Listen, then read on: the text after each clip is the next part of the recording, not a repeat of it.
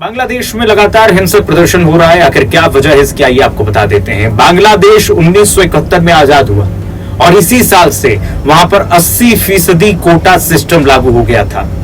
बाद में इसमें कई बार बदलाव हुए। 2012 में इसमें आखिरी बार बदलाव हुआ, तब 56% कोटा था। इसमें स्वतंत्रता सेनानियों के बच्चों को नौकरी में 30%, पिछड़े जिलों के लिए यानी डिस्ट्रिक्ट्स के लिए 10% और महिलाओं के लिए 10% आरक्षण का प्रावधान था। अल्पसंख्यकों के लिए 5% और 1% विकलांगों को दिया गया। अब आया साल 2018 में 4 महीने तक छात्रों के हिंसक प्रदर्शन के बाद हसीना सरकार ने कोटा सिस्टम खत्म कर दिया था। बहुत पहले से इसका विरोध हो रहा था। 2018 में हसीना सरकार ने खत्म किया इस कोटा को, लेकिन बीते महीने 5 जून को हाई कोर्ट ने सरकार को फिर से आरक्षण देने का आदेश दे दिया।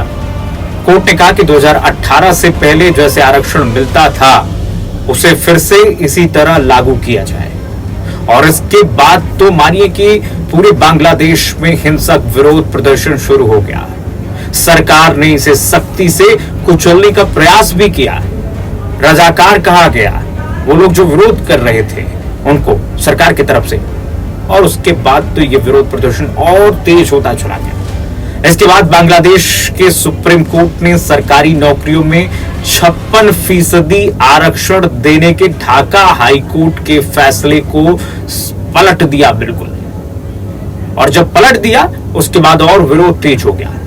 आरक्षण को 56% से घटाकर 7% तक कर दिया गया। और इसमें से अगर आंकड़े आपको बताएं तो स्वतंत्रता सेनानियों के परिवार वालों को यानी कि उनके परिजनों को 5% कोटा दिया गया। यानी कि देखिए कम कर दिया गया, 30 से 5% हो गया ये कोटा। स्वतंत्रता सेनानी यानी कि 1971 में जिन्होंने लड़ाई लड़ी थी उनके परिजनों को ये कोटा दी जाती है। वहीं एथनिक माइनॉरिटी, ट्रांसजेंडर और दिव्यांग को 2% कोटा दिया गया। सुप्रीम कोर्ट ने कहा कि 93% नौकरियां मेरिट के आधार पर मिलेंगी। सुप्रीम कोर्ट के फैसले के बाद भी छात्रों का गुस्सा कम नहीं हुआ। अब यहीं पर सवाल उठ रहा है कि क्या यह पाकिस्तान की कोई रणनीति थी इस तरीके का हिंसा फैलाना, या फिर उग्रवादी संगठनों का यह रणनीति बन गया है।